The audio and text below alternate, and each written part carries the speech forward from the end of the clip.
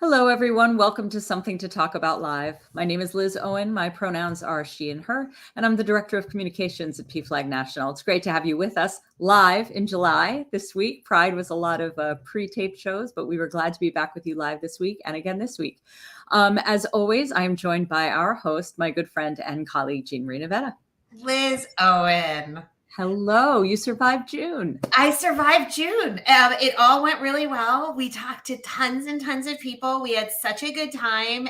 No one collapsed. So Excellent. I think we're in really, really good shape, but it is good to be back to live. I missed getting to talk to people live. So this should be fun. And I'm really excited about this show. It's going to be a good one. So have a great conversation. Thank you, Liz. I'll see you later. Bye. Hey, everybody. My name is Jean Marie Nevada. My pronouns are she and her, or ella if you speak Spanish. And every single week we get together to talk about something related to LGBT equality and inclusion. And today we are talking about the legends of drag. I am super, super excited about this. And the more I learned about this book, the more excited I got about this conversation. So for those of you who are following online and who like to read the article that we have and grab the discussion questions, we have those online for you at straightforequality.org/discussion series. This week's article actually came out of the New York Times, and it is all about the book, Legends of Drag, Queens of a Certain Age. It is a pretty fabulous book. We're going to tell you exactly what it is about and where it came from and where its creators hope to go. And for today's conversation, I have one of the two authors, Harry James Hanson, and I would like to bring them in now. Hi, Jean Marie.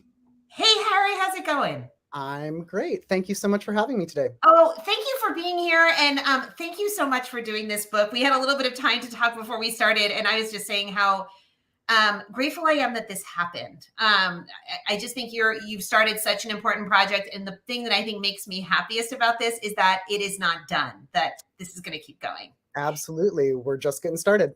I'm so happy. And I think as people learn more about it, they are going to be just as excited as I am. So just as a reminder to anybody who is viewing this live, if you have questions during today's conversation for Harry, you can put those into the chat. We have our team monitoring. Hopefully we can get a couple of those in. So Harry, I have to say, so you did the book with your friend, Devin Anthias. Yes. And one of the things that I found interesting was the article in the New York Times actually said your friendship started when you were both 14 and it was on MySpace that you found each other. So what was it that formed a bond that obviously has been very, very permanent? Absolutely. Yeah. Really dating myself as an elder millennial here. We did meet on MySpace. And I think, for both of us, or at least personally, I wasn't really seeing my interests or like my queerness represented in my peers at school. I was fortunate to go to a very accepting liberal high school, but there weren't a ton of like out people. And so I sought out those friendships online. And Devin and I both had an interest in, being unapologetically queer and getting into trouble and being fabulous. So that brought us together. And now you've made a career of it. I just like the fact that unapologetically queer and fabulous can now be a career. Yes. Speaking of, here's the book, by the way, for our viewers at home. Legends of Drag, now available everywhere. Yes, and we have to tell people all about it. So there are so many aspects of queer culture, I think, that have made it into mainstream culture that have very much influenced what we see, in non-queer spaces now. We can look at lots of things, drag and camp, and there's so many aspects of this. But what was it that specifically attracted you to drag? Well, I like to say that I'm like a lifelong drag performer because I've really been dressing up and creating characters since I was 3, since I was able to pick out my own clothes. My mother will tell you that my favorite activity at preschool was the dress up box. And so when I discovered the Rocky Horror Picture Show when I was 14, and there was a screening of it near my house in Milwaukee, and I saw the line of people outside the movie theater, and I was like, whoa, these people are freaks. Like, I need to know what's going on here. So really it's the expansive potential for identity. And to be honest, I loved the attention too. You know, most of it was positive attention. But if it's negative, you know, screw you, I'm fabulous. Attention is attention. I mean, even Exactly. bad press can be good press. Were there any specific performers who really stood out for you as you were sort of discovering drag, and Yeah, why? yeah. You know, Divine, John Waters' star was a big one. Pink Flamingos was instrumental for both me and Devin. Devin actually has a full tattoo sleeve of Divine on his arm that he got on his 18th birthday. So she holds a very special place in our hearts. And I think, you know, one of the incredible things about drag is the way that it encompasses all of these qualities that we assume to be oppositional, or mutually exclusive, like male and female, or, you know, camp and glamour. And in Divine's case, it's like she's filthy, but she's gorgeous at the same time. And those qualities don't, you know, preclude each other. So I think that that expression was just really, it was new for me as a teenager. I had never seen someone who was so outrageous before, and so that really resonated with both of us. You know, it's funny. It's funny that you mentioned Divine, because I remember the first time that I ever saw Divine, and I actually remember it being a jarring experience, because you're right. She's absolutely filthy and she's fabulous at the exact same time. And the way she shows up on screen, especially across all of John Waters' films, it actually kind of shocks you a couple of times. But I think it made you get to exactly that duality that you're talking about. Totally. And I'm not an easy person to shock, but I was also shocked. And I mean, like, shock in a really healthy way, because I think in my mind, up until that point, drag had very much been about very glamorous, very over the top, sort of perfect. And then there was Divine and those eyebrows, those. Sure. Yeah. I mean, one of the things that we get into in the book is that there are really so many sort of distinct lineages that drag comes from. And, you know, we see them all intersect in myriad ways. And so many of the performers in the book speak to those different diverse experiences. But yeah, Divine certainly carved out a niche of her own. Yeah. Oh, she definitely did. I would be very interested to know what she thinks of where drag has gone now. I think it would be a fascinating observation. Well, many of the queens in the book knew her and speak to their experiences with her. So she's in the book in a small way. In her own special way. So, you know, the article actually quotes you, and you said that you had a desire to offer a corrective to the much younger and camera-ready version of drag, sort of getting into what we're seeing now. I mean, if you turn on Drag Race, for example, you are looking at major, high, polished glam that is, I think, unattainable for a lot of people, to be honest. So could you tell me a little bit more about that, where it came from, why this was such a priority for you, and why you think it was important to tell this part of the story? Sure. Yeah. I mean, you know, drag is being experienced and enjoyed by a broader audience than ever, which is great. It's so thrilling that so many more people can connect with it.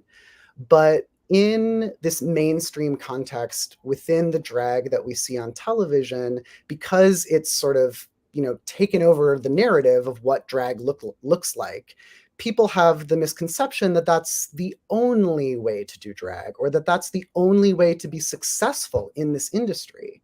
And, you know, there are a few queens in our book who are sort of within the Drag Race orbit, though none of them have actually competed on the show.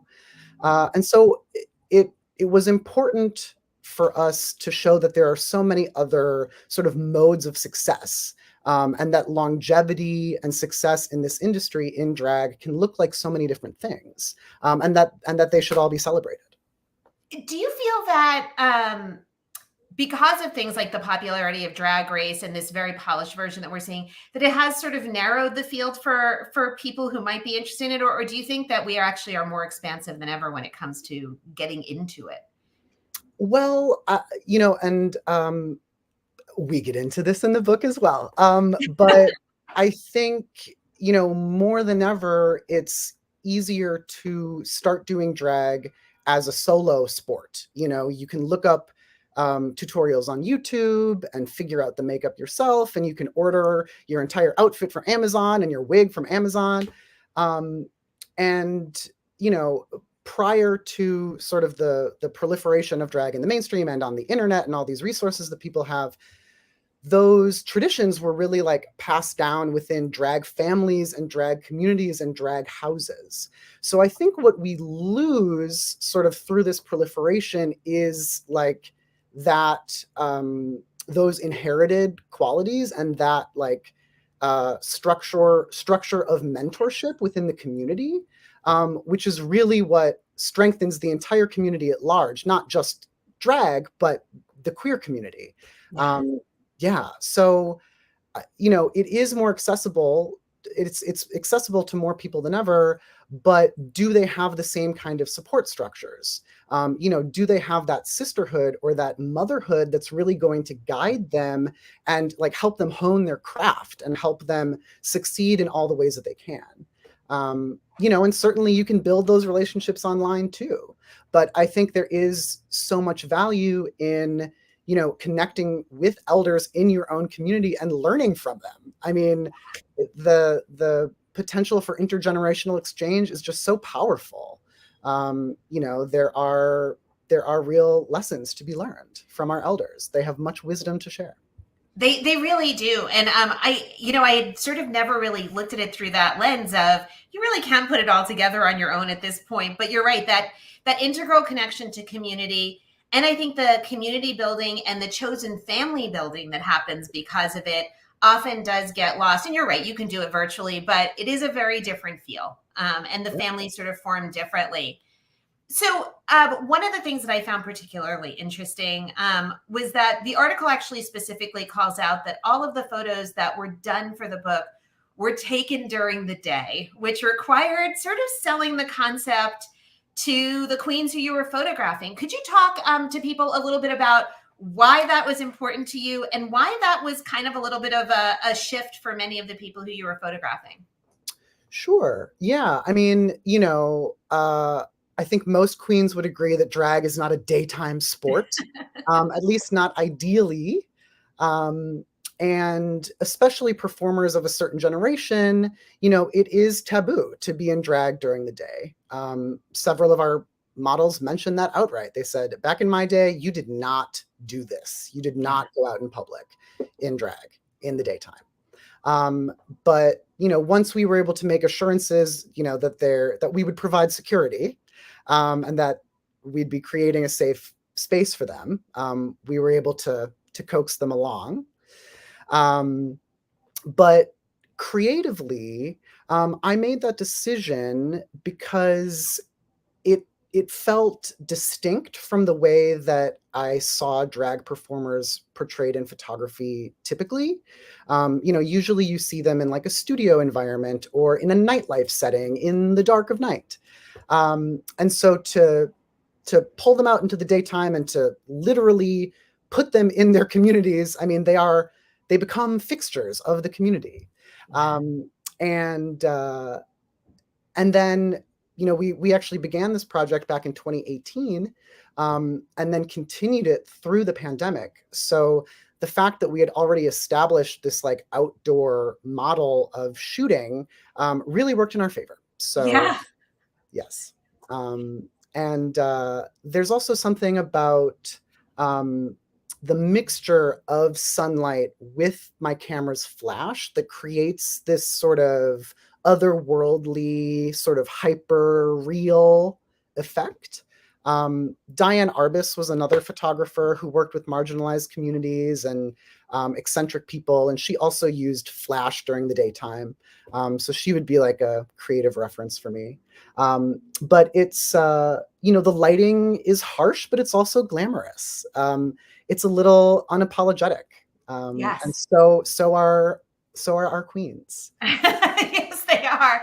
Yeah. I have to say the photographs are beautiful, and then kind of hearing your more expanded explanation of why, I think it's really interesting. As you were doing the photographs, did you find that the queens started to settle into it? Did they feel comfortable, or was there still a little bit of a struggle for some of them? Yeah, I mean, I like to do as much preparation as I can. Of course, we chatted through the shoot on the phone beforehand, but oftentimes when we showed up on set, that was, my first time meeting our models in person. And so it really was, at that point, it's really my primary responsibility to like make them feel comfortable, and find a way to collaborate with them, because that's really what leads to a successful outcome here, is when it feels like a collaboration between the artists and the model. And so Devin and I both really worked with them on all the different creative elements of the shoot, the outfit, the location, and the flowers. Yes. And so keeping them involved with the creative process, I think, they were able to paint a clear picture of what everything looked like in their head, and then they felt more comfortable about the scenario. I actually wanted to ask you about the flowers, because that was something that the photographs are gorgeous. And the flowers, before I had even read much about how it was done and the choices that you made, I noticed the flowers, because they're absolutely gorgeous. And I knew that Devin was behind a lot of that. So the article had mentioned that in some cases, you would pick the flowers for them, what was going to be used. In some cases, they had some influence over it. How did those conversations happen? Were there any interesting stories that came out of it? Well, it's always interesting to me when people had very specific tastes. And we always tried to honor that whenever we could. Tina DeVore in Atlanta wanted gardenias. And we weren't able to find them cut. So we went to a garden center and bought her a whole bush of gardenias. So sometimes there was like a bit of a wild goose chase element to it, but that just makes it more fun. For something creative to be rewarding, you have to make it a little bit challenging for yourself, right? It would have been too easy if we didn't have to get all these flowers and travel across the country. So yeah, some other specific requests, like Shauna Brooks really wanted yellow roses, and I had another queen who she told us she didn't even like flowers. She was allergic to most of them. But then once we showed up with the arrangement, she was just floored. So that was really cool. That was cool to see. And I know that Devin always says that he enjoys styling flowers for queens because, in his other work in the events industry, doing like weddings and things like that, there are certain sort of parameters of good taste that you have to adhere to. Whereas for our shoots, one time we bought these like big cabbages and then we spray painted them pink so they looked like roses. And so we got to do a bunch of weird stuff like that, which was really fun. I love the fact that we've gone outside the parameters of good taste to get taste. I'm always riding that line. I really, really enjoy that. So as you've been talking, something keeps coming back into my head, and it's this. Speaking to these queens, because you did mention, I think 2 of them have passed away since was it 2 of them, I think? 4 of them. Oh, 4 of them. Oh my goodness. So 4 of them have passed away since the publication of the book. Did you get a sense talking to them that they understood the very grand legacy that they are part of? And did they have any comments on sort of where it's gone? I would be interested to know, as somebody like they were looking back on this, to get an idea of their perspective. Yeah, I think, all of the queens in our book are survivors of the AIDS epidemic. And when you've lived through an experience like that, I think, many of the queens reference seeing all their friends drop dead around them during the 80s and 90s. And so when you go through something like that, I think it does give you, more clarity about your place in history and what it means to, be a survivor, and to be, all of our queens are really cultural ambassadors. And I think, they were connected to that in varying degrees. For me, it was really rewarding to call all of the queens and read them their texts for the book before we went to print. Some of them cried. It was like, it was really emotional, which I wasn't necessarily anticipating. But for Donna Persona, who's 76, she's this incredible powerhouse performer. She's done it all. She's been the Grand Marshal of the Pride Parade. For her to shed a tear and tell us that, everything we said is exactly how she would want her story to be told is just like, it's such an honor. It really is. That is literally the word that was about to come out of my mouth. What an honor to know that you really got it right and that you added that piece to her life.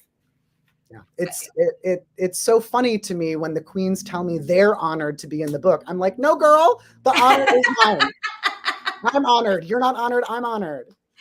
I have one quick question for you more. And then Liz is telling us that there's a couple of questions that she's seeing in the chat. So I want to bring her back in. What kind of, so when we were starting this conversation, you did mention that you're an elder millennial. I'm an Xer. What kind of feedback have you gotten from younger people on this? Because I think one of my frustrations is because we are not taught our history, I think there is such a blindness to the profound contributions of our culture. So what are you hearing from people sort of in younger generations? Yeah, not only is there a blindness, I think there's a hunger for it. Yes. Part of the reason that I'm so committed to this project and seeing it through is that I didn't have a lot of queer elders in my life growing up, and I'm making up for it now. So, it's not only the legends who have thanked me for documenting this legacy, but the response from my own generation and younger generations has been very positive as well. Even people who, have a broad, knowledge of drag, even they are able to like find a new performer or learn something they didn't know before. So that's been really rewarding as well. I especially appreciate the fact that you're doing this work at a time where there is literally a concerted effort against us making sure that our histories are told. We do a lot of shows on LGBTQ history. It's one of my favorite areas. And I think the more that we can put out there into the universe and literally put into people's hands, the more we can create pride in who we are and make what is happening in some of the states seem even more obscene than it actually is. So thank you for this. This is so important. Liz, I'm wondering if you can pop back in with the question that you said that we have. I would be happy to. We actually have a question here from Kim talking about drag kings and wondering why we see maybe more drag queens promoted and having regular shows than drag kings who maybe you see only at a special performance that happens once in a while. Seems like an interesting question in light of the subject. Yeah, I know that, I'm a performer in the Brooklyn drag scene, and I know that when diversity and inclusion is talked about within the drag spaces here, kings are definitely part of the conversation. And, I've heard more than one promoter say that like you need to say that they are committed to booking, at least one king per show that they're doing with an ensemble cast, which I think is great. It's an interesting question. I don't know that I have an exact answer. I would say that, drag queens are perhaps spotlighted more because there is this perception that, that the feminine sex is the adorned sort of dramatic sex. And drag sort of explodes that stereotype. But I think that that's why there's more attention on queens, is because of the way that society loves to sensationalize women and the things that women do and the way that women behave and perform. So that is probably why. Yeah. And I have to say, I think on the other side of it, I think there is still some discomfort with the idea of female identified people kind of transgressing into this male space, taking up that much space, taking up that much privilege, taking on that persona. And Absolutely. I think people are still uncomfortable with that. And I think it is easier to accept the feminine on the female performers than on the male performer side. I think that is very astute. And we've had some people ask us, why aren't there kings included in the book? And my response to that is that, the tradition I'm a part of is this sort of trans feminine, this inherited trans feminine legacy of drag. And so I would love to see a book of drag kings, and I would love to see someone from within that community make it. I love Marianne's comment. It should be required reading. It actually should be, because I think, again, every single time we see one of these books, we are adding another volume, a whole other dimension to the history that none of us are taught and that we continue to not be taught. It's funny, in school, I was never like looking forward to history class. But then once I started researching drag history and trans history and queer history, I just couldn't get enough. I was like, oh, I just don't want straight history. I'm fine with, the gay stuff. Give me that all day. I cannot possibly relate to that anymore. I never really got excited about my history classes. And then I discovered queer history. And it was like, there are days that I feel like I can't get enough of it in. Like, seriously. And the more you learn, the more horrified you are that you didn't know this part of the story. And you wonder, what else did I learn where I didn't have the whole story? And it becomes a near obsession. And it's a good obsession, but it is a near obsession, I think. And it's cool, through the process of making this book, we did a lot of research on performers past and present. And we found all of these really cool, like, DIY internet archives of drag performers and of, trans individuals from history. And it's really cool to see. It's unfortunate that so much of that work has to be done in this DIY way. But to discover it and share it with people and connect other people to that information is really gratifying. But that's our legacy. Nobody is going to do it for us. We have always done it for ourselves. We saved ourselves when there was a massive epidemic. We have saved ourselves from bad legislation. No one's going to do it for us. And so we have to do it ourselves. And I think that's why your work is so absolutely critical. Liz, do we have anything else in the question list that you're seeing? I know you're monitoring multiple feeds. Yep. Nope. That was the last question. And of course, I think I brought it up. A thank you from Kim for taking their question. Thank you. So, yep, absolutely. Nope. There's a few minutes left. I know I have a question, which is, I would love to know, it sounds like this project is continuing. I would love to know what you're working on and what that looks like. And aside from the URL here, where people can find you and learn more. Yeah, absolutely. Thank you. So the book is officially out June 21st. It's here everywhere books are sold. And there's a website called IndieBound that you can use to put in your zip code, and it tells you local bookstores that have it. And so this summer and fall, we're actually embarking on a book tour. We have dates in Miami and Fort Lauderdale at the end of this month. And then in the fall, we will be in Atlanta, Las Vegas, and LA. So we'll be doing a book signing, artist talks, and also producing nightlife events featuring performances from our models. So all of that information will be available at legendsofdrag.org, or people can follow us on Instagram at Legends of Drag. I'm just going to do my selfish plea. Come to Palm Springs. Please come to Palm Springs. So between Vegas and LA, that might happen. It really might. Oh my goodness. If you do Palm Springs, I am so there. Okay. And if not, you come to LA and we'll go together. Thank you. Our cover model, Mother Chukka, actually lives in Palm Springs, and she told us we could stay with her. So I feel like we got to go. You need to come to Palm Springs. We have some great drag performers here, and it's really fun. And, beyond the book tour this year, I think we've definitely got another book in us. There's way more cities I would love to go to, so many more entertainers I want to work with. I literally have a spreadsheet of like 100 names from like Honolulu to Barcelona. So would love to see a second volume. And if there are any producers in Hollywood who want to chat about a TV show, my inbox is open. Excellent. I love that. Well, Harry, thank you so much for this. Thank you for spending some time with us. Especially thank you for your work and the fact that it is continuing, that this is not a one-shot deal, and that you are doing so much to document. So many people have contributed to our community who otherwise their stories would not be captured and not told like this. Thank you both. I must say, none of the queens in the book are legends because we call them that. They have been legends. They will always be legends. And so thank you for having me, really. Thank you so much. And thanks, Liz. My pleasure. Well, everybody, it gets us to the end of another show. We have another fantastic one coming up next week. But before we go, a couple of reminders. If you need help, you could always find your closest PFLAG chapter at pflag.org/find. Also, please remember that in order to lead with love like a PFLAGger, you need to read with love. Perhaps your read this week should be Legends of Flag. But if you want to learn more about PFLAG's Read with Love program, visit us at pflag.org/readwithlove. Otherwise, we will see you again next week for another great live show, and we will leave you the way we leave you every single week, reminding you to run fast, laugh hard, and most of all, please be kind. And if you haven't done it yet, please check your voter registration and get ready for voting again. See you next week, everybody.